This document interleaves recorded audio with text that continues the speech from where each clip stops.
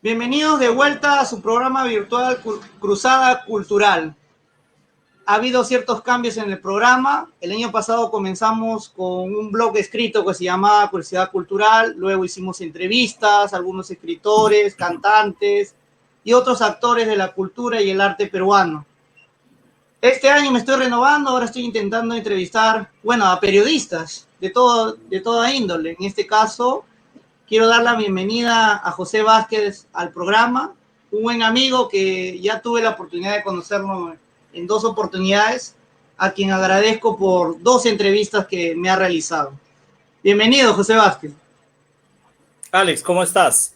Un gusto estar en tu programa que, como me comentaste, surgió en pandemia y espero que traspase el tiempo tan ansiado que nos ha tocado vivir y que se mantenga por muchos años y que sigas entrevistando periodistas, escritores. Creo que siempre es bueno conocer un poco más de la vida de aquellas personas que, por ejemplo, estamos en pantallas o que escribimos libros, ¿no? Sí, la entrevista va con esa finalidad y como siempre hago, y esta es la misma rutina que he implementado en las entrevistas, siempre doy unos agradecimientos a algunas personas y empresas que me están apoyando humildemente. Son pequeñas empresas. Y a Dale. continuación, público presente, voy a lanzar unas diapositivas. Y es la siguiente. Voy a compartir pantalla.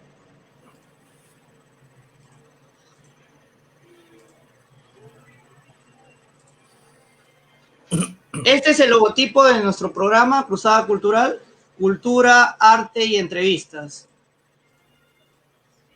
Este es uno de nuestros 2 patrocinadores culturales. Me refiero a la editorial peruana Autómata. Como ya mencioné, son empresas pequeñas, editoriales pequeñas que están apostando por nuestro programa. Bueno, esta oferta ya pasó, ya fue el año pasado en diciembre, pero de todas maneras siguen vendiendo su catálogo de libros. Y esta es la tienda virtual de la editorial Autómata. Y este es la librería Calle de Libros, quien fue la primera en apostar por nosotros. Ellos realizan delivery de libros tanto en Lima como en provincias. Y Cherry Especial, que siempre hago, como yo también soy autor y José Vázquez sabe muy bien de este libro, Entropía ahora se está vendiendo en las librerías, en muchas librerías de Lima y provincias, gracias a la distribuidora Gambiracio Ediciones. Mi libro, Entropía, lo pueden encontrar en la librería Época, El Virrey, entre otras, al precio de 25 soles. También quiero dar un especial agradecimiento al maestro Mario Vargas Llosa, quien me envió su ejemplar, su novela máxima, su máxima obra, Conversación en la Catedral. Me lo dedicó con su puño y letra y estoy muy agradecido y el año pasado me lo entregó días previos a mi cumpleaños. Fue un regalo estupendo para cumplir los 24 años, nada menos. Y también, el maestro Mario Vargas Llosa, días después de que José Vázquez me realizara la entrevista en la FIL Lima 2019, me envió esta foto. Yo me quedé sorprendido, lloré de felicidad, porque fue una grata sorpresa que el maestro Mario se tomara una foto con mi libro Entropía, a quien envío una gratitud desde aquí, de Lima, Perú, hacia allá, España. Y bueno, esta fue la campaña del año pasado, que lamentablemente no se llegó a cumplir a totalidad, celebrar sin pirotecnia, que fue organizado por la Asociación Peruana Soy Autista y qué, y que actualmente yo vengo colaborando con columnas de opinión para ellos. Y bueno, acabó la presentación breve. Y de nuevo, bienvenido José Vázquez al programa. Y me gustaría, en la primera parte de la entrevista, ahondar en tu libro Vivo o Muerto, y me gustaría que lo muestres al público para que conozcan tu obra. Claro, a ver, justo lo tengo acá en mi pequeña Ajá, muéstralo hacia la pantalla biblioteca. A ver, lo muestro. Nada, Alex, este es mi libro, se llama Vivo o Muerto. ¿Qué pasó el último día de Alan García? Es de la editorial Meeting, que es del sello de Estruendo Mudo, que es una editorial peruana en auge, que está creciendo cada vez más y apuesta por proyectos como este, que son una investigación periodística bastante exhaustiva, minuciosa, una investigación que me ha tomado 10 meses, perdón, hacer. Lo empecé justo después del fallecimiento del expresidente Alan García, es decir, terminando abril casi, abril, mayo. Yo quería despejar esas dudas que existían, esas sombras sobre la muerte, sobre el suicidio del expresidente Alan García, porque yo estuve cubriendo ese día los lamentables acontecimientos del 17 de abril y mucha gente que me había visto justamente en los enlaces en vivo para el canal que trabajo, que es Latina Televisión, me preguntaban y me cuestionaban si es que Alan García de verdad estaba muerto, ¿no? Si efectivamente se había quitado la vida en su casa, como se conoció luego en todos los medios de comunicación. Tenían dudas, ¿no? Porque se había creado esta fake news, esta falsa noticia de que en realidad se había planeado toda una estrategia, se había hecho toda una parafernalia para que él pueda escapar libre del país, porque acuérdate que estaba por ser detenido por un mandato judicial, Iba a ¿no? ser, iba a ser En el detenido. caso de Lavallato. Claro, él iba a ser detenido, ¿no? Estaban haciendo un allanamiento y una detención preliminar, ¿no? Esas eran las dos medidas que se habían dictado contra el expresidente y el líder aprista. Entonces, muchos creían en ese contexto que García había escapado, ¿no? Que había planeado y coordinado minuciosamente su escape, ¿no? Y que el suicidio era solamente una excusa para que fugue de la justicia. Entonces es por eso que yo hago esta investigación y como te dije, me ha tomado 10 meses, ha sido bastante complicada, muy difícil porque el entorno del expresidente Alan García es muy cerrado. Entonces entrar a ese entorno, entrar a esas personas allegadas, conseguir sus testimonios, conseguir sus declaraciones para el libro, ha sido un trabajo de largo aliento, de conversar, de convencer, para que finalmente me cuenten desde su punto de vista lo que habían presenciado. Y en el libro está el testimonio de las personas que ese día han participado y que han estado en la casa del expresidente, ¿no? Están acá, por ejemplo, contadas la forma en la que vio, por ejemplo, las dos empleadas del hogar del expresidente Alan García, la situación de la llegada de los efectivos de la DIVIAG o el momento en el que se produce el disparo, etcétera, ¿no? Está también la posición de los agentes de la DIVIAG que ese día realizaron esta operación policial. Está también el testimonio del abogado, de los agentes de seguridad que trabajaban para el expresidente Alan García, etcétera. Está todo y además está también parte de la investigación que realizó la Fiscalía sobre estos acontecimientos, porque recordemos que se abrió una investigación por homicidio, por la muerte del expresidente Alan García, que es lo normal, es lo típico, lo que se suele hacer. Entonces ha sido una investigación larga también, que ha demandado, por ejemplo, que se haga peritaje a todas las armas que ese día se portaban en la casa del expresidente Alan García, es decir, de los agentes de seguridad del Estado que resguardaban al expresidente, al exmandatario, pero también de los agentes de la DIVIAG que estuvieron ahí. Es más, se les hizo absorción atómica a todos los presentes, es decir, a las empleadas, es decir, al propio fiscal que participó de la diligencia y a todos los demás, al propio cuerpo del expresidente Alan García también se le hizo esta prueba de absorción atómica que lo que busca es determinar quién disparó, ¿no? Si efectivamente de esa mano salió un disparo.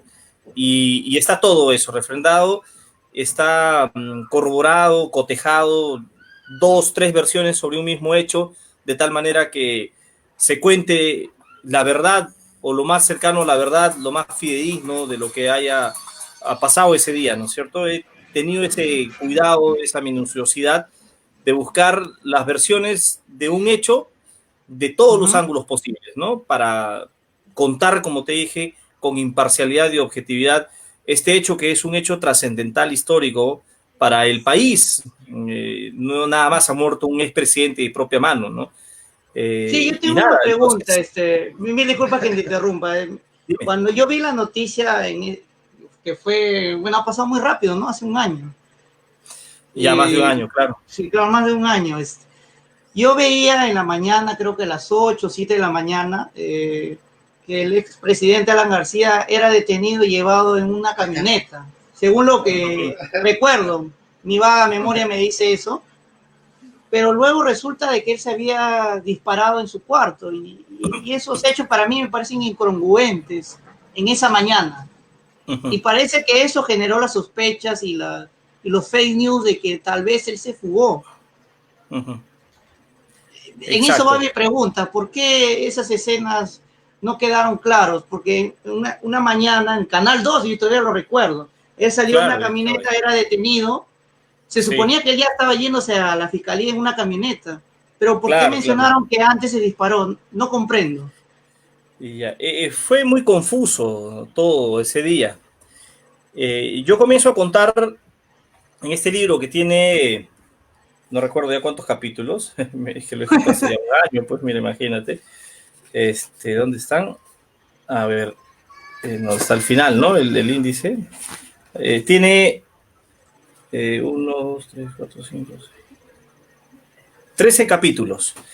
Y están ordenados de alguna forma cronológica, ¿no? Esta es una crónica novelada casi, un libro de no ficción, ¿no? O sea, me refiero a media novelada por el estilo de la redacción de la... Digamos, crónica periodística, podríamos definirla. Es una crónica así. Periodística, sí, pero es novelada en la forma como yo la cuento, digamos, ¿no? Es, digamos, con esa forma, ¿no? Tu prosa es más novelista. Exacto, esa prosa, pero es una investigación periodística pulcra, es todo lo que se cuenta en este libro es real. Son 13 capítulos, como te dije, y están ordenados de manera cronológica, uno o dos por ahí que retroceden un poco en contar algunos aspectos de la vida del exmandatario, pero de ahí siguen este ritmo de tiempo. El primer capítulo se llama El Disparo, y en El Disparo lo que hago es contar desde el momento en el que justamente se realiza este disparo de mano de Alan García, ¿no? Empiezo contando esto y empiezo ahí nomás regresando un poco a ese día, ese 17 de abril del 2019. O sea, te cuento desde la medianoche de ese día, desde la madrugada, desde las 00 horas del 17 de abril, ¿no? ¿Qué pasó desde ese momento? Cuento, ¿no? Desde la medianoche o ya las 00 horas del 17 de abril, se estaba coordinando ya el equipo de la Fiscalía con los agentes de la DIVIAG el allanamiento y detención del expresidente Alan García. Hubo llamadas telefónicas, coordinaciones, se recogió a algunos agentes en el camino, al fiscal Amenábar, que era el encargado de hacer esta diligencia. Llegaron a la casa, era todavía un secreto, solo los jefes sabían que se iba a hacer la detención y el allanamiento de la vivienda del expresidente Alan García. Algunos agentes que iban a participar en esta misma ni siquiera sabían que estaban yendo a la casa de él, se enteraron cuando llegaron ya. Entonces, cuento desde ese momento, ¿no? Y ya, claro, hubo la volada, se escuchó, trascendió a algunos medios de comunicación de que efectivamente en algún momento iban a detener a Alan García por el caso Lavallato, ¿no? Por las presuntas coimas que habría cobrado por estas obras del tren eléctrico y demás. Y ya estaban apostados ahí afuera de la casa. El que estaba ahí, y hay que reconocerlo, era Canal 4, América Televisión. Había estado varios medios estaban ahí. También algunos fotógrafos, pero de televisión fue el único medio que ese día estaba justo en la casa, justo cuando llegan los agentes de la DIVIAG. Entonces, yo he conversado también con Jessica Roca, que es la periodista de América Televisión, que ese día estuvo en la casa. Yo llegué después. Entonces, llega la camioneta de la DIVIAG con los agentes y con el fiscal, se estaciona. Y ahí hay todo un alboroto, ¿no? Que quieren entrar, no les dejan, viene un agente de seguridad, les dice que no pueden entrar, les dice que tiene un allanamiento. Finalmente el fiscal opta por tocar el interruptor de la casa, le contesta a una de las empleadas de la vivienda, conversan brevemente, ella a su vez llama al expresidente Alan García a su dormitorio y le comunica lo que estaba ocurriendo. García le dice que deje entrar a los fiscales, ¿no? que los deje entrar, le dije, háganos pasar, le dice.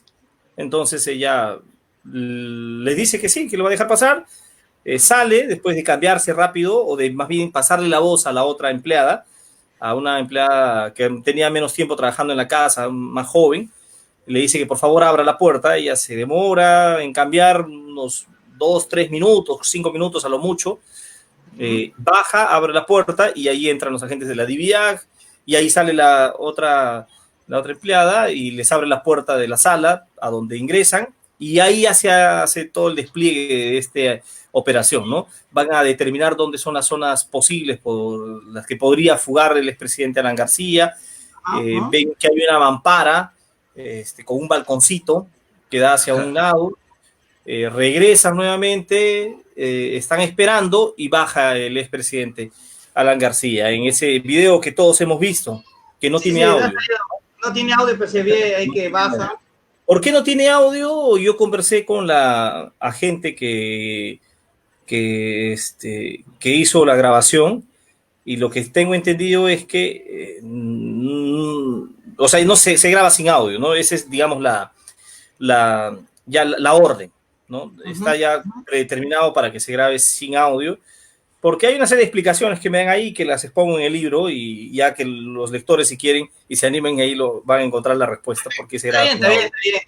Entonces, baja el expresidente Alan García y hay una conversación con el fiscal a cargo de esa diligencia, y Alan García estaba muy preocupado por conocer lo que se iba a hacer, qué era lo que se iba a realizar, ¿no? ¿Era solamente allanamiento o también había una detención? Y lo pregunta, pero no le responde el fiscal Amenábar porque no querían justamente entrar en una situación de confrontación por esto, ¿no? No querían tener mal momento, este impasse. Entonces no le dicen nada. Alan García insiste 3 veces preguntando lo mismo y no llega a decirle, incluso interviene en ese momento el comandante Castro Asa, que es el jefe de esta operación policial, comandante de la DIVIAG, y le vuelve a decir que solamente están haciendo un allanamiento y que se le requiere que baje para informarle, mostrarle unos papeles. Pero García no es convencido y regresa raudamente a su habitación, y es ahí cuando, ya revisando este video que grabó la DIVIAG, se le ve en una de las manos el revólver que portaba, ¿no? Pero todo pasa tan rápido que ellos no se dan cuenta. Entonces, ni bien sube García, los agentes de la DIVIAG lo siguen, el comandante Castro Asa y el mayor Ordinola, Freddy Ordinola, y a otros agentes que estaban ahí, la que grababa también, ¿no? Entonces suben, se topan con la puerta cerrada. Entonces no saben qué hacer, tocan la puerta, le dicen que necesitan conversar con él. García desde adentro dice que va a llamar a su abogado, se lo repiten 2 veces más o menos y él insiste en eso, y efectivamente en ese tiempo García llama a su abogado, pero también llama a su pareja, la señora Chisman, Roxanne Chisman. Con ella. Son las 2 últimas personas con las que ha hablado por celular, pero por WhatsApp habló con el jefe de seguridad de su casa, que es el comandante Gallardo. Entonces, en momento no saben qué hacer los agentes de la DIVIAG, hay como que cierta duda, porque también ya sabían que Alan García tenía armas en la casa, ¿no? Según el registro de la Discameg, tenían Sucameg ahora, ¿no? Sí, de la Sucameg, tenía una cierta cantidad de armas en la vivienda, ¿no? Tenía como 8 armas más o menos, algunas de las cuales le habían robado una, otra, etcétera, estaba por allá. Al final, en la casa han encontrado 3 armas, si mal no recuerdo. Una de ellas la que usó para acabar con su vida. Entonces sabían que tenía arma y sabían también del incidente de 1992, cuando García escapó disparando de la casa de una posible detención de parte de los militares en el golpe de estado de Alberto Fujimori, pues, ¿no? Entonces ya se sabía que podía disparar, entonces, y sabían que tenía armas y que con mucho cuidado ellos no forzaron, según lo que dice en la puerta.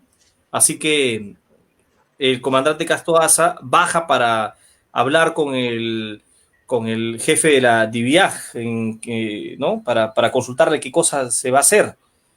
¿no? Baja y el comandante, el jefe de la DIVIAC le dice que tienen que entrar, ¿no? Que deben derribar la puerta porque la detención tiene que darse. Entonces, estaba en ese interín de buscar un torito, le dicen que es como una palanca para romper las puertas, y cuando estaba como que dudando, estaba bajando, y en ese instante se escucha el disparo. Mientras eso ocurría también al mismo tiempo, o sea, en ese tiempo que te digo que estaba por tomarse la decisión de qué hacer efectivamente, el mayor Ordinola se va por el cuarto del hijo de Federico Danton, por ahí entra, ¿no? Buscando llegar a la mampara que te dije. Era una mampara que tenía un balcón compartido entre el cuarto de Alan García y el cuarto de su hijo, de Federico Danton. O sea, podría llegar por ahí fácilmente. Entonces, buscó hacer eso el mayor Ordinola. Y cuando estaba ya llegando a la mampara, escucha un disparo. También, ¿no? Y se tira al piso, asustado porque pensaba que de pronto le estaban disparando, no sabía, ¿no?, si efectivamente por ahí estaba la bala. Se tiró al piso y levantó la vista para ver si es que se había roto los vidrios de la mampara, y se dio cuenta que no era el disparo hacia donde estaba él. Y él es el primero entonces que ingresa al dormitorio, el mayor Ordinola. Decide avanzar. Llega a la mampara, al balcón, y ve que la puerta de la mampara que da al cuarto de Alan García está entreabierta. Así que ingresa. Y todavía se sentía el olor a pólvora del disparo, ¿no? Porque deja ese olor. Entonces él se da cuenta, lo mira a García y lo ve en el piso, tirado. Y inmediatamente va a abrir la puerta para que entre el mayor Castro Asa, que es el jefe de la operación, y los otros suboficiales que acompañaban también ahí ese día a la DIVIAG. Y Alan García estaba vivo todavía, muy, muy gravemente herido, pero vivo. Se disparó en la cabeza, a la altura de la 100. Fue un disparo de abajo hacia arriba. El proyectil salió de su cabeza y se chocó contra la pared casi al lado del televisor, y de ahí rebotó al otro extremo y cayó al piso, donde fue encontrado luego por los peritos. García, al momento de dispararse, por la fuerza del golpe, por la inercia y por todo lo demás, da un giro un giro de 360 grados. Yo tengo acá justamente en el libro, porque el libro también tiene además fotografías de ese día, tiene también infografías y demás, documentos que nadie tiene. Mira, no sé si pueden ver acá, esta es la forma en la que García se dispara, ¿no? Él estaba parado al borde de la cama, acá, la mampara está acá, la puerta de entrada a la habitación está de este lado, o sea, él está mirando a la mampara en este momento, ¿no? Entonces levanta el arma, se dispara y la bala va en este lado. Acá está el televisor, impacta casi al lado del televisor, encima, rebota y lo encuentran acá a esta altura. 1,90 m de estatura tenía más o menos Alan García. Y muy alto era alto, sí, y pesaba como 140 kilos más o menos. Entonces, este es el pronunciamiento balístico, ¿no?, que se hace, el croquis en la vista superior de lo que ocurre, ¿ves? García estaba parado acá, mirando hacia la mampara, se dispara de esta forma, el bala acá, y su cuerpo da un giro, mira, de 360 grados, ¿ves? Completamente, o de, sí, pues, ¿no? 360 o 180 grados. Gira completamente y termina en esta posición, mirando hacia la puerta. Así termina. Y acá hay unas imágenes. El completo que se da, ¿no? Es increíble. Y termina con el arma debajo del abdomen casi. Sí, bueno, es un disparo mortal. En pocas palabras, es un disparo mortal. Sí, casi imposible de sobrevivir. Y ahí había cuestionamientos, ¿no? O sea, de verdad, falleció ahí mismo. Decían algunos, oye, no, García falleció ahí mismo, ¿no? Eso de que falleció en el hospital era para darle tiempo al gobierno, para ver cómo reaccionaba, cómo daban la información, pero no, él falleció en el hospital, porque hay un video de él, de García, dentro de la habitación moribundo. Una foto, ¿no? También hay una foto de él, también moribundo. Eso es en el hospital. Sí, en el hospital. Pero en el cuarto lo que se ha visto, se ha visto una foto, se compartieron fotos de la habitación ya sin él, ¿no?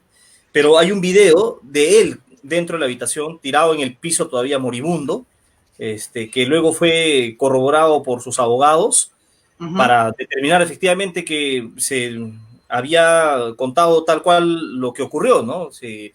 o sea, para determinar si efectivamente estaba vivo todavía dentro de la casa. Sí, se le veía con vida, se le veía que todavía respiraba con dificultad, pero respiraba, ¿no? Y mira, un detalle tremendo de la habitación de Alan García, este es el peritaje que se hizo después. Esta fotografía, para algunos ha pasado inadvertida, no sé si la logras ver, esta de acá. A ver, ¿La ves? Ya. Ahí hay un círculo que hemos resaltado. Sí, hay un círculo ahí blanco. Es un crucifijo de madera. Él era una persona que creía bastante, ¿no? Sí, sí, él decía que era muy creyente en Dios. Y ese día estuvo con este crucifijo, lo tenía encima de la cama cuando se disparó. Muy controversial, ahí fue porque encontrado. Dios no promueve el suicidio. Es muy... Exacto, no promueve el suicidio, pero él tenía su cruz, no sé si para darse fuerza, eso no lo vamos a saber nadie, porque solamente él lo sabe y se lo ha llevado así hacia la muerte. Exacto, y Dios. Entonces, ese crucifijo tiene una historia, ¿no? Se lo regalaron en Huaral, una vieja militante aprista, y le tenía mucho aprecio a él. Acá tengo también las fotografías de las armas. ¿Ah? La primera que ves es un revólver, un Colt. Ese es el arma con el que él se disparó.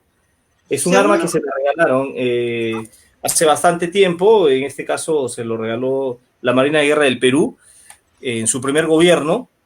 Le tenía mucho aprecio a este arma, porque es con este arma que él logra escapar de su casa en 1992 en el autogolpe de estado de Fujimori, pues. Y también le tenía mucho aprecio. Se mata, exacto. Le tenía mucho cariño. Es más, él se dispara un tiempo antes de que se produzca su suicidio. Él se dispara en la Embajada de Uruguay. ¿Te acuerdas que estuvo un tiempo en la Embajada de Uruguay? Tratando de buscar sí, el día que ya iba a salir de la Embajada de Uruguay, entra al baño y con el arma, porque recordaba mucho eso del 92, decía que de pronto lo iban a agarrar, lo iban a detener, no me van a detener, decía él, y manipuló el arma en el baño y se le escapó un tiro que le perforó la mano. Él sale incluso vendado, cuando llega a su casa se le ve con la mano vendada, pero no le dañó nada, por suerte, ¿no? No tuvo ningún daño, solamente le perforó la mano. Y por eso le tenía mucho aprecio a esta revólver. Y también le tenía aprecio a la otra que ves acá, que es una pistola, ¿no? Esta pistola se la regaló la policía. Y es una pistola sumamente bonita, lujosa, mira, tiene las insignias, las iniciales de Alan García, la firma. Me estoy preguntando, ¿por qué a los presidentes les regalan armas? Sí, ¿no? ¿Por qué lo hacen? Sabiendo ya este antecedente de las Fuerzas Armadas, ¿no? Pero igual podría comprarla si no le regalan, ¿no? Sí, bueno. Pero es una tradición, pero supongo yo. No sé si a todos le regalan también, pero bueno, en el caso de Alan García sí fue así, se la regalaron. Pero entonces, teniendo antecedentes así, digamos, que atacaba con pistola, yo dudaría dos veces en regalarle un arma. Este arma se la regalaron en su primer gobierno, recuerda, las dos que has visto ahí, no se la regalaron después. Después él tuvo más armas, no sé cómo habrán llegado a sus manos, si se les habrán regalado a otras instituciones armadas o la policía, no lo sé, pero tenía él esas dos armas y las conservaba ahí en casa. Entonces, sí, pues surge así, ¿no? Y había muchas dudas sobre la muerte de Alan García, ¿no? Retomando esto de la motivación que tuve para escribir el libro. Preguntas como, por ejemplo, las que tú me hiciste al principio, ¿no? O, digamos, vamos en orden de responderlas, ¿no? De acuerdo a los capítulos que he escrito, porque cada capítulo va respondiendo una de esas interrogantes que se tenía. Entonces, por ejemplo, el primer capítulo, el disparo, lo que trata de resolver es, efectivamente, sobre este disparo. ¿Ocurrió el disparo? ¿Hubo un disparo? ¿No hubo disparo? La gente decía, oye, no había disparo. Nadie escuchó. Si afuera habían periodistas, habían fotógrafos, estaban grabando. ¿Y por qué? Hay una pregunta respecto de ello, de Fernando March.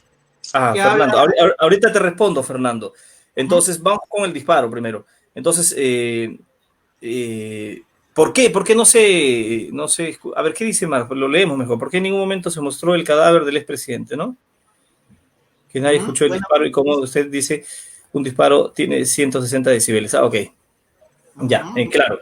Eso va en el primer capítulo, ¿no es cierto? Sí, efectivamente, la medición que se hace del sonido que hace un disparo es de esa cantidad que él señala, y lo cuento así en el primer capítulo. Es comparable con un juego pirotécnico, el sonido que emite, incluso mucho más fuerte, ¿no es cierto? Pero por ahí va, digamos, en esa misma dimensión, con el despegue de un avión, etc.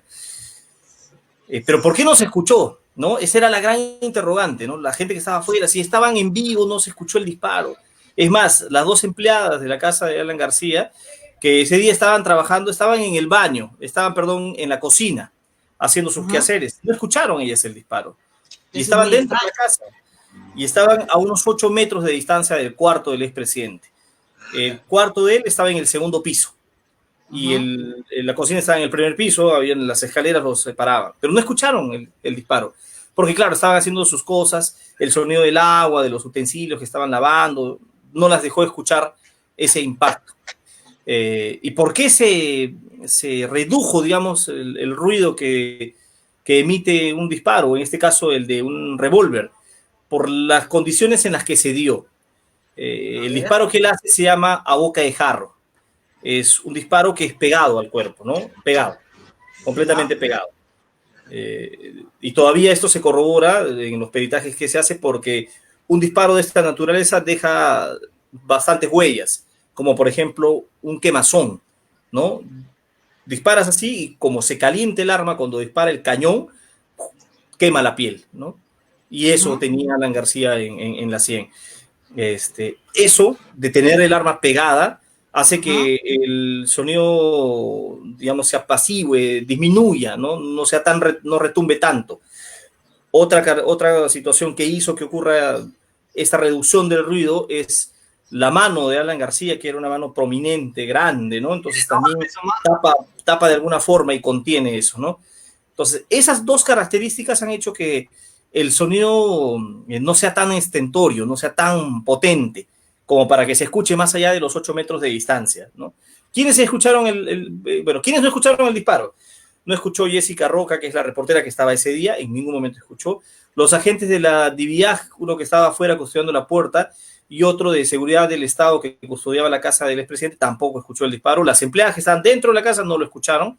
Escucharon los que estaban más próximos, a menos de 8 metros. O sea, los agentes de la DIVIAG, el fiscal Amenábar que estaba ahí, todos ellos escucharon el disparo, a diferencia del resto. Ahora, ¿qué otra pregunta decía? ¿Por qué no se vio el cuerpo de Alan García? Bueno, Sí, eso lo respondemos déjame ver, el último capítulo que se llama La cremación. Esta fue una decisión de la familia. Porque imagínate, ¿no? El rostro de Alan García ya no era el rostro de Alan García. Un cuerpo que ha sufrido un disparo en la 100 termina completamente cambiado, ¿no? Las fotos que pasaron son fotos reales de Alan García. Y tú ves ahí que no es el que tú tienes costumbre de haber visto en medios de es unas comunicación, fotos en muy periódicos. macabras, ¿no? No debieron haberlo pasado. Sí, no debieron haberlo pasado. Entonces ya cambia su rostro, se inflama por los coágulos de sangre que hay. Entonces no iba a ser, digamos, creo yo, agradable para la familia tener que mostrar el rostro de Alan García en una situación en la que se había dado. Imagínate, creo que cualquier familia optaría por hacer lo mismo. Entonces ellos decidieron no tener, o sea, tener el féretro cerrado todo el tiempo, pero sí se abrió el féretro. La familia sí vio a Alan García. Claro, lo hicieron en privado para despedirse de él, ¿no? Sí, porque, Pero por no lo ejemplo, hicieron en público. en los Uh homenajes -huh. en público no se abrió el féretro. No, hay un momento en el que sí se ve que se abre el féretro, que es ya el momento de la cremación.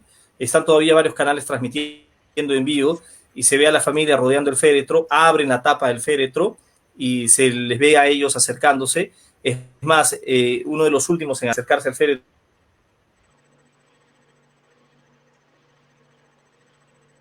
Uh -huh.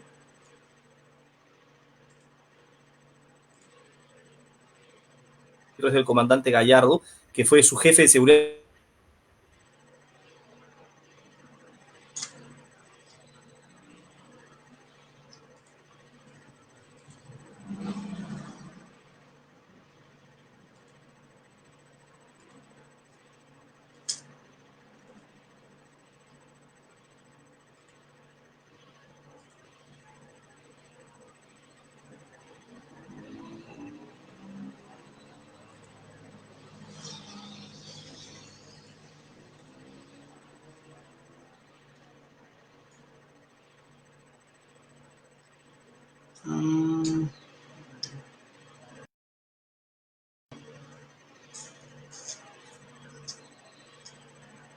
Al parecer creo que se fue la señal. Sí, tal como me imaginaba.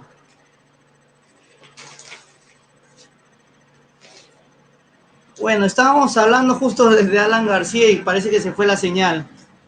Sobre por qué no se fue, no se pudo ver el rostro de Alan García en el velorio y los homenajes públicos. Voy a contactarme con José Vázquez a ver qué pasó. Problemas técnicos que a veces suceden. Mientras tanto, lance sus preguntas. Aquí, bueno, Fernando Marx tiene otra interesante pregunta que yo también me he realizado. ¿Se puede considerar una inmolación heroica o una cobardía del expresidente el suicidio? Ya, tuve un problema creo de conexión, ahora sí estamos acá. Entonces, Sí. ¿en qué íbamos, Alex? Ya me olvidé. Estábamos hablando del capítulo de la cremación, ¿por qué no se vio el rostro de Alan García en los velorios? Entonces, entiendo. Entonces abren el féretro y el último en acercarse es el comandante Gallardo, quien le tenía mucho aprecio a Alan García, lo quería mucho, trabajó con él bastante tiempo.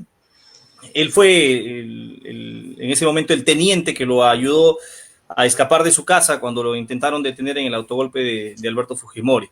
Entonces le tenía mucho aprecio, eran amigos, ¿no? Eran amigos. Entonces él se acerca y le deja una insignia todavía que portaba ahí dentro del féretro al expresidente antes de que lo cremen.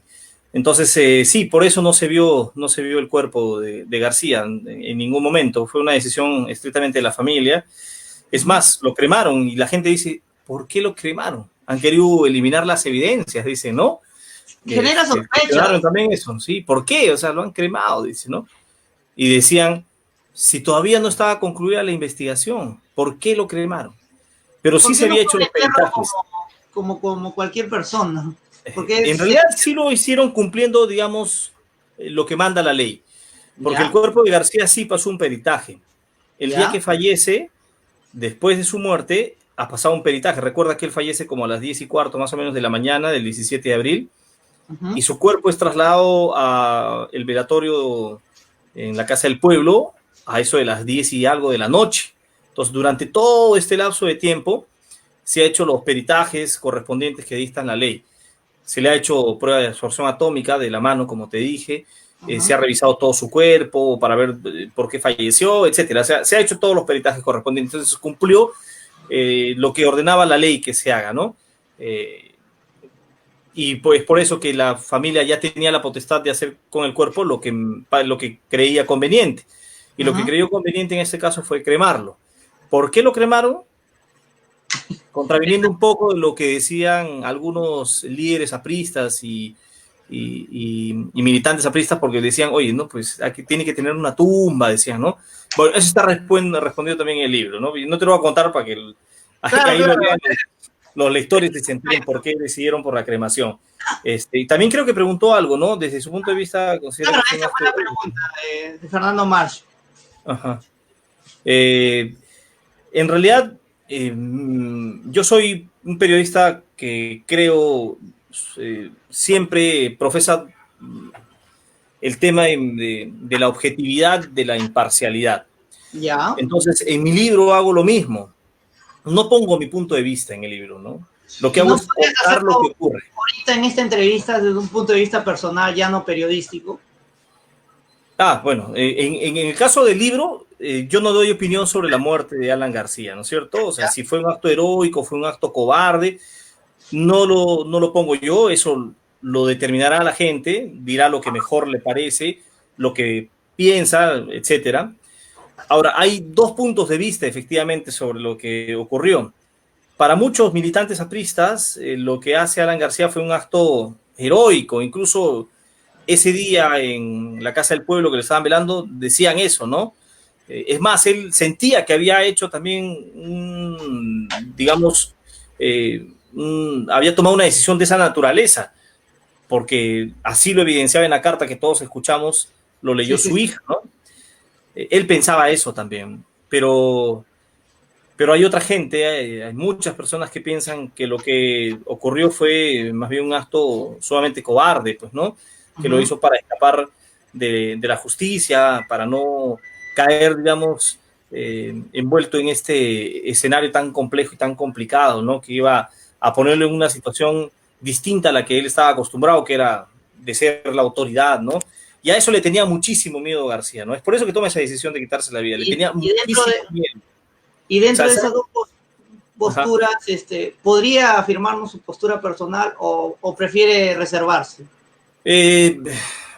Yo creo que por un tema de mantener el libro en esa naturaleza de objetividad y imparcialidad, creo que tengo evidentemente una postura personal, creo, ¿no? Yo no creo en el suicidio, evidentemente, no creo que sea un camino adecuado para resolver un problema, una situación, ¿no? Sí, sí, sí. No, creo que hay que enfrentar las cosas, ¿no? Más allá de los temores que puedan existir por las consecuencias. Eso creo. Eso es lo que creo respecto al suicidio.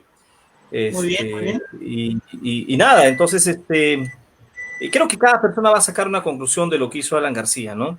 Claro, Cada claro. persona valorará y dirá efectivamente, ¿no? Porque las investigaciones sobre él eran bastante graves, Sí, sí. había mucha evidencia que confirmaban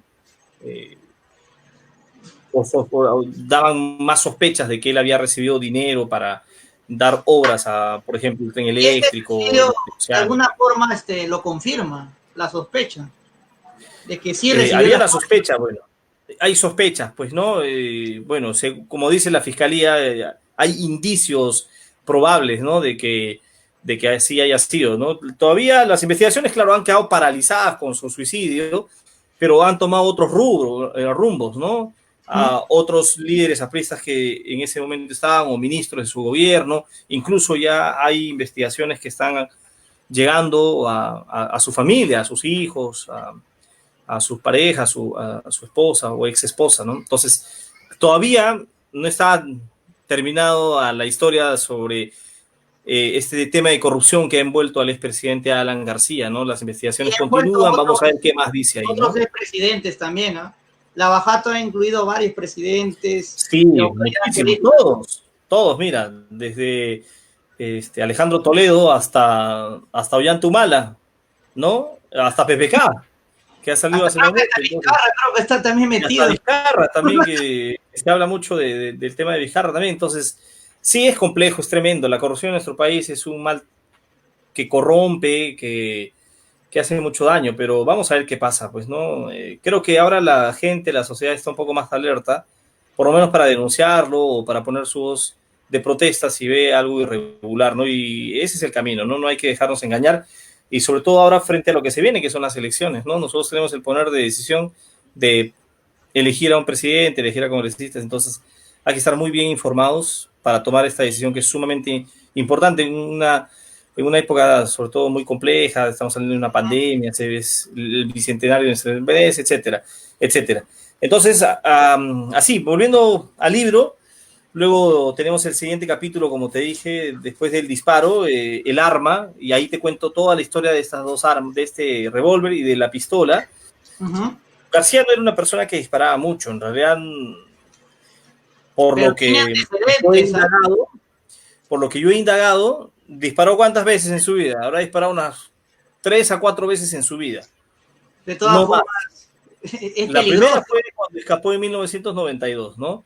La segunda fue antes de esa, cuando era presidente. Una vez fue al Morro Solar, en Chorrillos, cuando todavía no había población en la zona del Morro Solar, pues arriba, ¿no? Le gustaba ir ahí bastante. Era una de sus zonas favoritas de Lima. Por eso es que luego hace que se levante este Cristo del Pacífico ahí, mira, Cristo imagínate. del Pacífico. Es ahí donde él una vez le pide a uno de los agentes de seguridad que lo custodiaba que le proporcionen un arma, le dice, ¿no? Y le pasan una pistola. Y él agarra la pistola y dice, no, este arma no es confiable. No le gustaba la pistola, pide un revólver.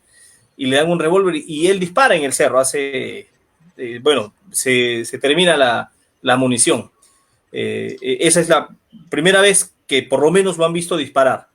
La segunda ocurre en 1992. La tercera ocurre en la Embajada de Uruguay cuando se dispara en la mano. y la última es cuando se quita vida. Esas son por lo menos los momentos en los que se sabe que él ha disparado, donde ha habido testigos, porque él nunca ha ido a un polígono de tiro, no, nunca. Y tuvo las pretensiones de ir en algún momento, lo había conversado con sus agentes de seguridad, con el comandante Gallardo, pero no, nunca terminó de concretarse. Entonces, ahí te cuento eso, ¿no? De esta relación que tenía García con el arma que finalmente termina con su vida, ¿no? Era una relación de amor casi, ¿no? Le tenía mucho cariño al arma. Luego, el siguiente capítulo, y claro, en este capítulo del arma también respondo algunas interrogantes sobre este tema, ¿no? Del arma, ¿no? Por ejemplo, si efectivamente de este arma salió la bala, si esa arma se disparó, si en el arma habían las huellas digitales de García, si había rastros de sangre en el arma.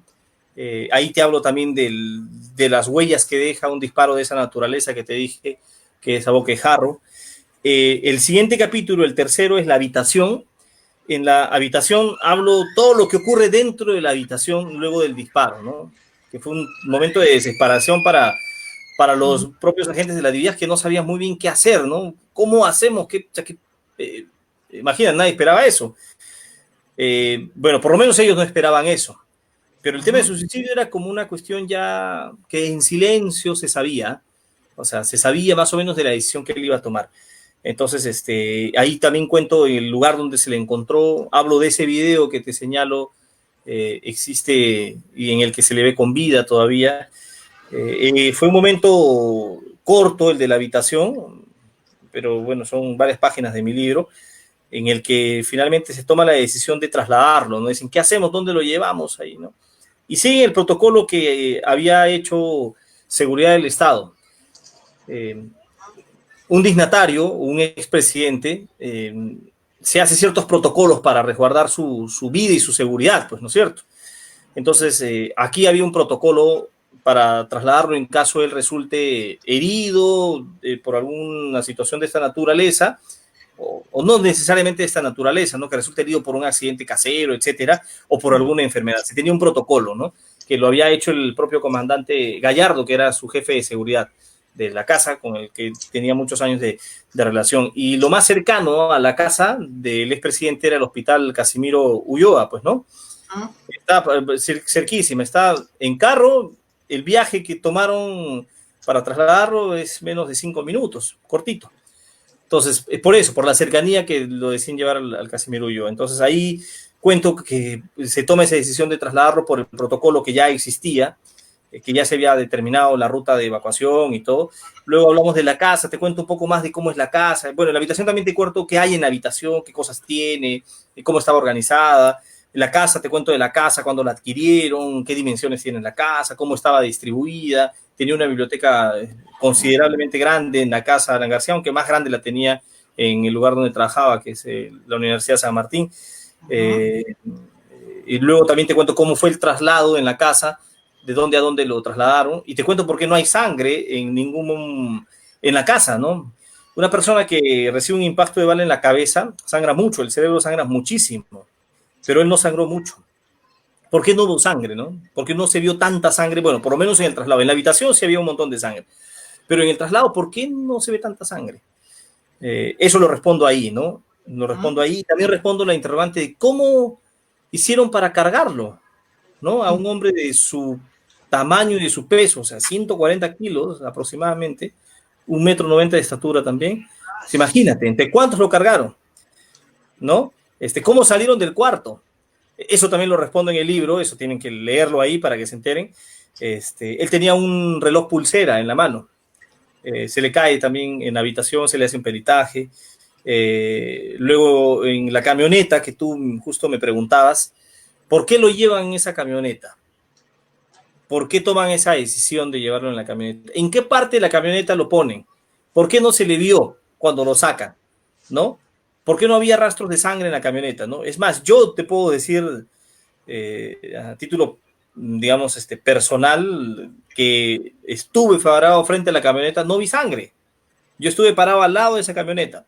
Eso es muy Entonces yo agarré y vi por el espejo que era polarizado, por las lunas, más bien, y me comencé a fijar y no vi sangre. Vi el chofer que estaba sentado en el carro, vi como un casco de motociclista que estaba en el asiento de copiloto, recuerdo.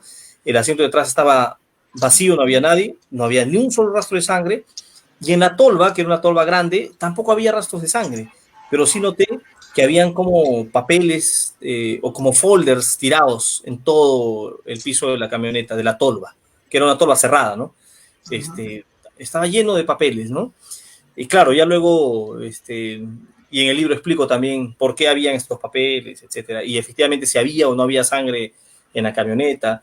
Es una historia de verdad que muy ¿Y dónde minuciosa, podemos conseguir tu detalle a libro? detalle.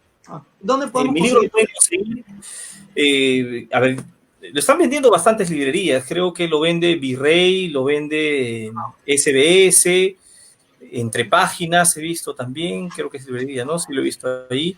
En Plaza Norte, la vez pasada me fui a hacer algo por ahí, vi el libro ahí. Lo vende Estruendo Mudo también. Claro. También vi que lo estaba vendiendo Wong Metro, creo de manera virtual, o sea, te lo llevan a la casa.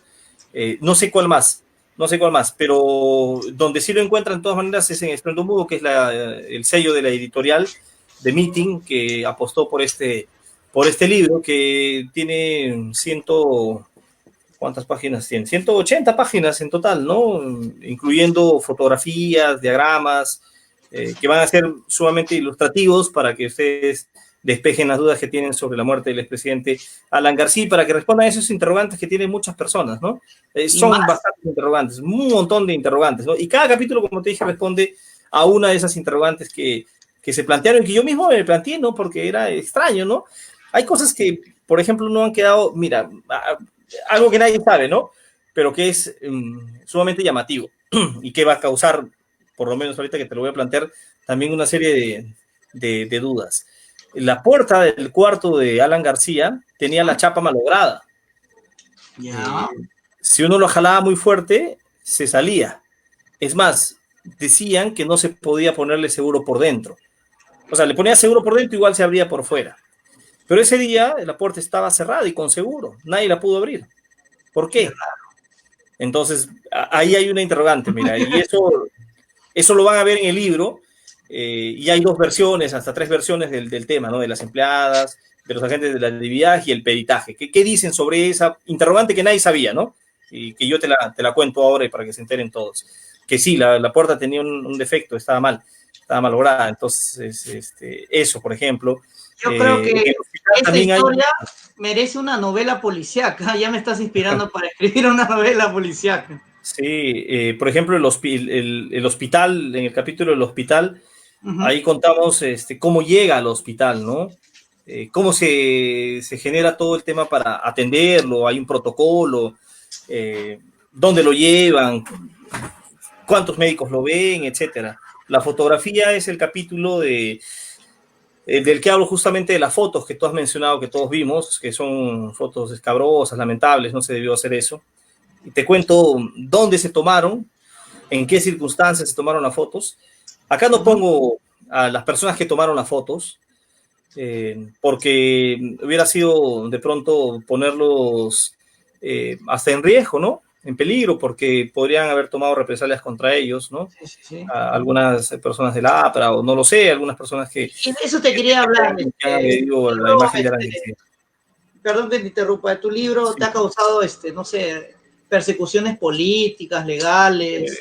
No, como te dije, yo he sido muy cuidadoso de tener todo de manera tan pulcra y tan cotejada que creo que en ningún momento me va a caer ninguna denuncia, porque tampoco, de pronto si hubiera hablado mal de García en mi libro, hubiera sido tendencioso.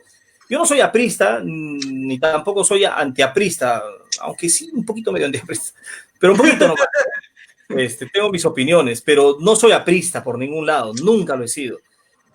Tengo mis, como te dije, opiniones sobre el gobierno de García, sobre los dos, pero a pesar de eso, como te dije, a pesar de lo que yo creo, mi libro ha sido sumamente pulcro en esa situación. Yo he querido evidenciar solamente el tema de su muerte.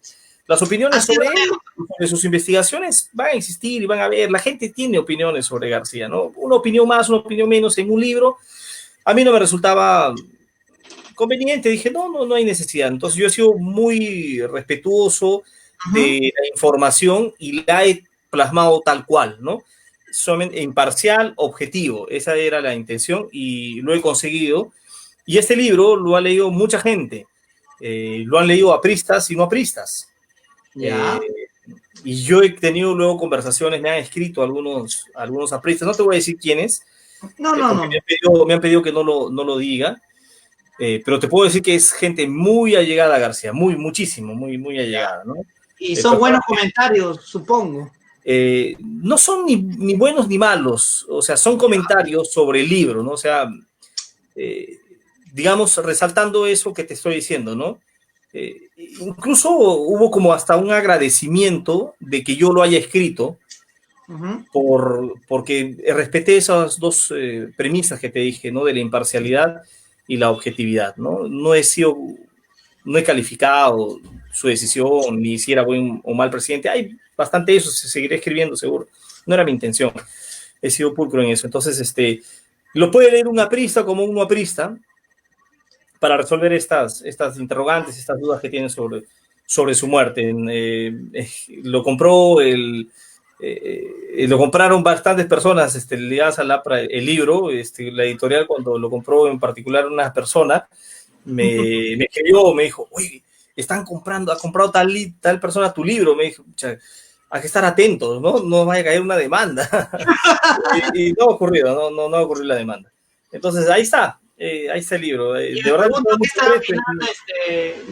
César Hildebrand, de repente lo habrá leído. Él que lo ha entrevistado varias veces, Alan García. Lo he entrevistado varias veces. No lo sé si lo habrá leído. De verdad que no podría decirte. Pero ha recibido buenos comentarios mi libro. Por suerte. Sí, he visto algunas reseñas.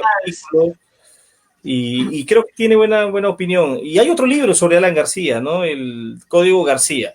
Pero es otra forma de... Ellos no cuentan esto que yo cuento en mi libro, ¿no? Que es una investigación. Más que todo son opiniones. Opiniones, artículos sobre García, ¿no? Creo que lo más resaltante de ahí es la crónica que hace Santiago Roncagliolo sobre la relación que tenía con Polay, que está bien escrita y es un capo escribiendo pues, Santiago Roncagliolo, ¿no? Pero más allá de eso no responde o no despeja las dudas sobre su fallecimiento, cosa que sí hace mi libro, ¿no? Entonces, ahí está, para que lo puedan comprar, lo puedan adquirir. ¿A qué precio está para el público? Yo la vez pasada lo vi, creo que el precio original ha sido 45 soles, se mantiene con el mismo precio. 45 soles está. Y también lo pueden encontrar en ebook, o sea, en digital, creo que en digital está 35 soles, si mal no recuerdo. Ya. 35 soles, ¿no? Sí, pero es más bonito tenerlo así, ¿no? Claro. Este es el único libro. En realidad, este libro tampoco es mío. ¿No? ¿Cómo es eso? Bueno, el libro físico, este de acá, ¿no? O sea, la obra es mía. Pero este libro físico es mío, es de un amigo. Que tengo que sí, a mí me dieron unos cuantos ejemplares, ¿no? Así que yo he dado a los libros a algunas personas que me ayudaron en la investigación como agradecimiento. Y este libro era el último que tenía acá conmigo. Y un amigo de infancia me dijo, oye, necesito el libro, que no sé qué. Y ya le dije, te lo doy. Así que el libro tampoco de acá es mío, ya se lo tengo que dar a un amigo. ya tendré otros ejemplares. Pues. Fernando Marte te envía unas felicitaciones por las luces que das en el tema, que es muy complejo y muy delicado, como ya lo has comentado. Sí. Y me gustaría dar un giro de 360 grados y hablar sobre tu carrera periodística. Ya vamos a dejar de lado un poco el libro, tu primer libro que has publicado, y vamos a hablar, a ver, de tus orígenes. Coméntanos un poco cómo fue tu comienzo en esta carrera como periodista. Yo empecé hace un ratito, un momentito, por favor. No hay problema. Ya, ahora sí. Lo que pasa es que tú sabes que estoy trabajando desde casa, Alex, estoy haciendo teletrabajo. Con eso de la pandemia, yo tengo asma, pues. Entonces, como tengo asma, en el canal me dijeron, trabaja desde tu casa, ¿no? Haz trabajo remoto. Ya vengo esto haciendo desde que empezó la pandemia, al día después de que empezó la pandemia, nomás a los 2 días, comencé a hacer esta chamba desde mi casa. Y justo estoy coordinando unas entrevistas, esperando que me confirmen, y me acaban de confirmar una entrevista, así que en 20 minutos tú crees que podamos terminar, porque de ahí ya... Claro, claro, claro. Por eso te dije más o menos 1 hora y se va a No hay cumplir. problema. Entonces, nada, yo empecé hace ya como 14 años en TV Perú, en el canal del Estado. Uh-huh. Empecé practicando, haciendo prácticas preprofesionales en el área de televisión, específicamente en los programas hechos a mano y retratos, que era una serie de documentales, o sea, hacíamos documentales. Yo en ese tiempo hice unos 4 o 5 documentales. Claro, yo era practicante, asistía a la productora. 2001, 2002, 2001, no, perdón, estoy confundiéndome. Yo terminé el 2001 en el colegio. Estamos hablando de 14 años atrás, a ver, será 2006, pues más o menos, ¿no? Por ahí, 2005, 2006, no recuerdo bien, creo que 2006. Verónica, no me acuerdo su apellido ahorita, mira, de Verónica.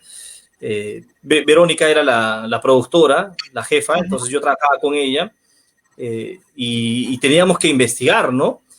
Yo recuerdo haber investigado mucho, por ejemplo, sobre Martín Chambi. Estábamos preparando un documental sobre Martín Chambi, que es un súper fotógrafo.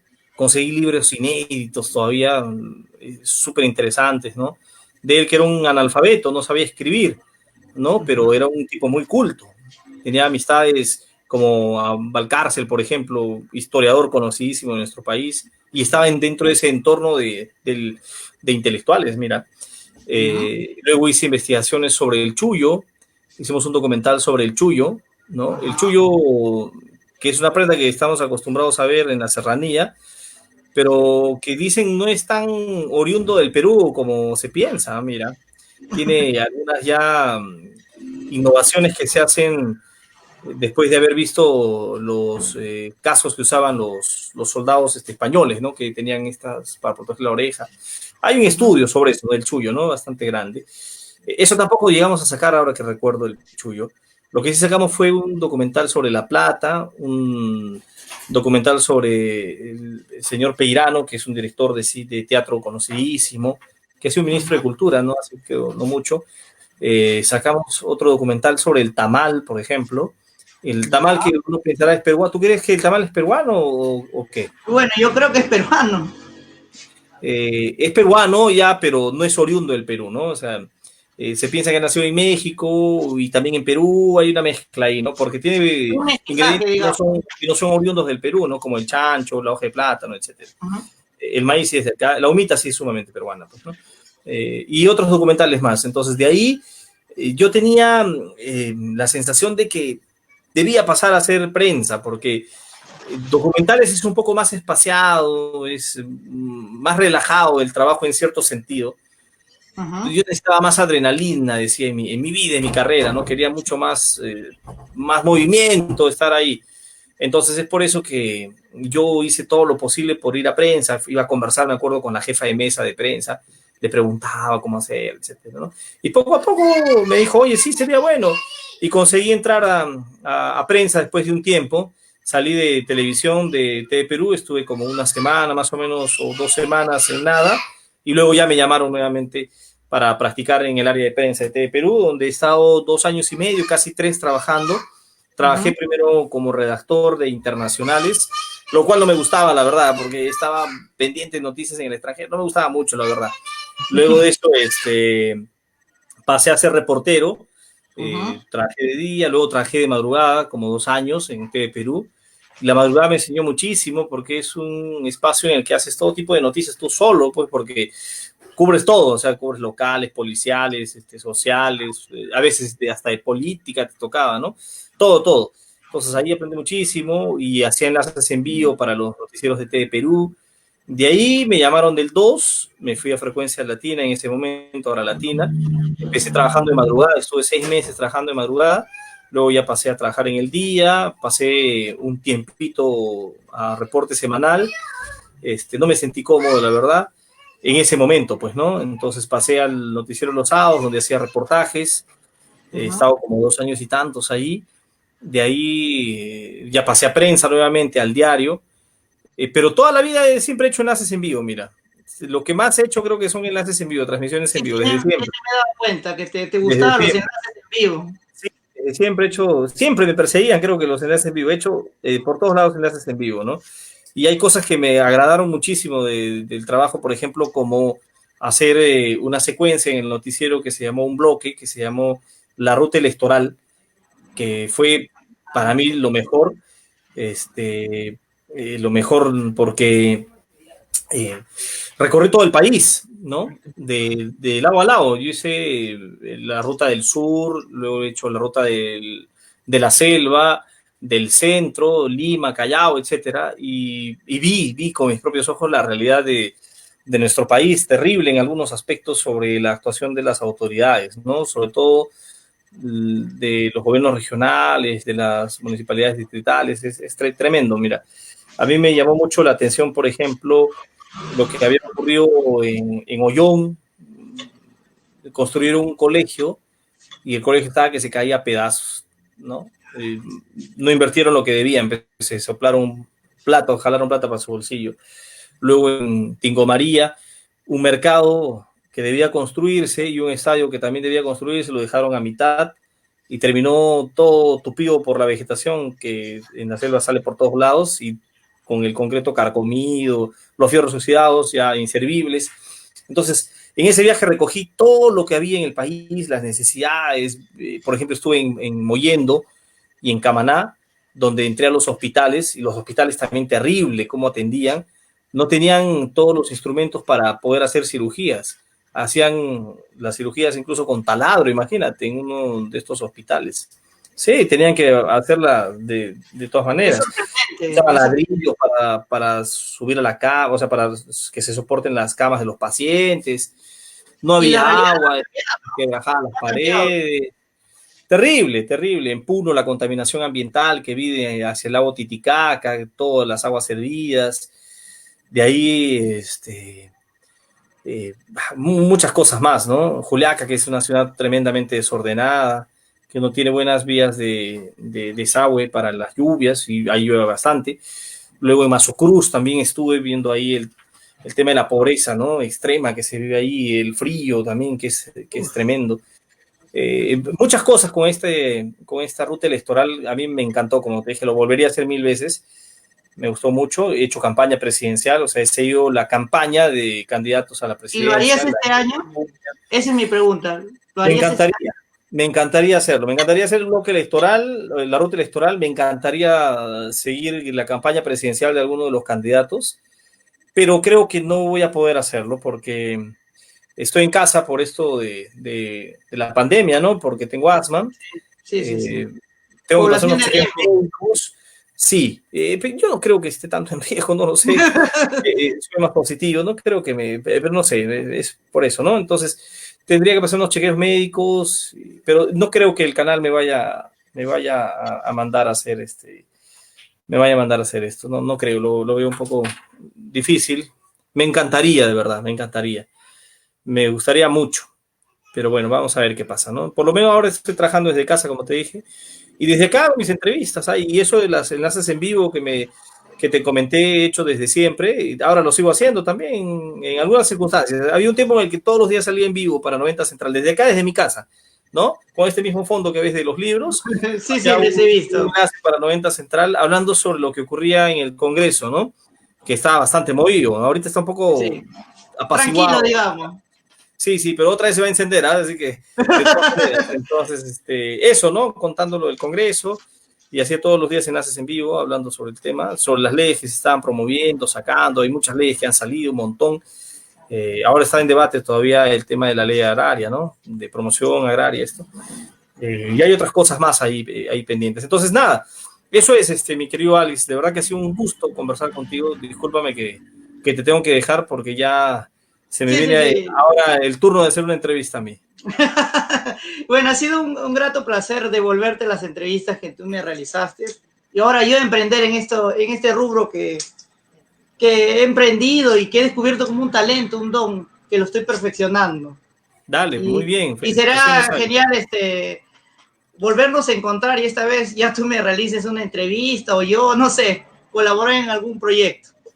Bacán, muy bien, muy bien. Te he visto 2 veces así físicamente. La primera cuando tocabas el piano era, ¿no? ¿Más recuerdo? No. No, la primera vez fue con Beca 18. Beca 18, ¿no? Beca 18. Ah, claro, me estoy confundiendo. Beca 18. Y la Claro, segunda claro, vez fue con mi libro Entropía, ya publicado. claro, claro. Fue Beca 18, ¿no? Estaba volando en otro lado, caramba. Qué tonto. Sí, pues, me acuerdo de Beca 18 y luego Entropía, claro, la Feria del Libro del 2018. 19. 19 fue 19. la última que se realizó así Ah, masivamente en 19. Perú. Y el año 19, tienes siguiente vino razón. la pandemia. Qué piña Sí, fue. sí, pues, escucha, yo tuve que presentar mi libro por medios digitales, así, me hicieron una conexión por Facebook, creo, por Instagram, y desde la casa, ¿no? No hubo otra forma, pues, y ya. Y si Así quisiera está. terminar despidiéndome con esta foto de recuerdo que tengo de ti, la vez que nos conocimos en FIL Lima 2019. Ah, caramba, ahí estamos. Oye, Y ahí estoy espero, más gordito, ¿no? Ahí he bajado de peso, por si acaso. sí, te he visto ahí en las redes sociales que estás corriendo, caminando por las Sí, sí, mañanas. tratando de hacer ejercicios. Así Yo es. también estoy Sí, tratando de bajar de fue peso, bueno. también corriendo en las mañanas. Está También hay que bien. bajar de peso. Fue buena esa feria del libro, me gustó mucho. Ah, yo estuve todos los días ahí haciendo notas distintas y entrevistarte y conocer que has hecho un libro fue bueno, ¿no? Fue bonito. Y te felicito, espero que vengan más libros, que sigas Van a escribiendo. venir más libros, eso te digo, más sorpresas van a venir este año y los que vienen. Muy bien, me alegro mucho. Me alegro mucho, Alex. Ojalá Y que bueno, sigamos publicando, pues. Sigamos publicando. me Vamos a ver. despido de ti cordialmente, sé que estás un poco ocupado con la chamba. Que todo vaya bien, bendiciones y mucha salud, sobre todo eso. Claro que sí, y a cuidarse siempre. Hay que tomar todas las medidas de prevención, usar nuestras mascarillas y todo lo demás. Siempre, siempre la No hay que bajar precaución. la guardia, no hay que bajar la guardia. Exacto, no hay que bajar la guardia. Nada, un abrazo, Alex.